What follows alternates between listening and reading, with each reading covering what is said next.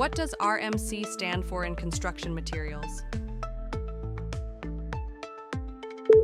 Ready mix concrete.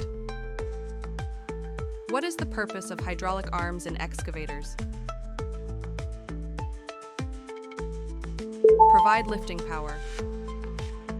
What does GPS-based grade control enable in construction machines? Accurate surface leveling. What's the purpose of dual-mast laser guidance in pavers? Ensure consistent leveling and thickness. What's a key challenge of AI in construction fleet management? Demand high implementation cost.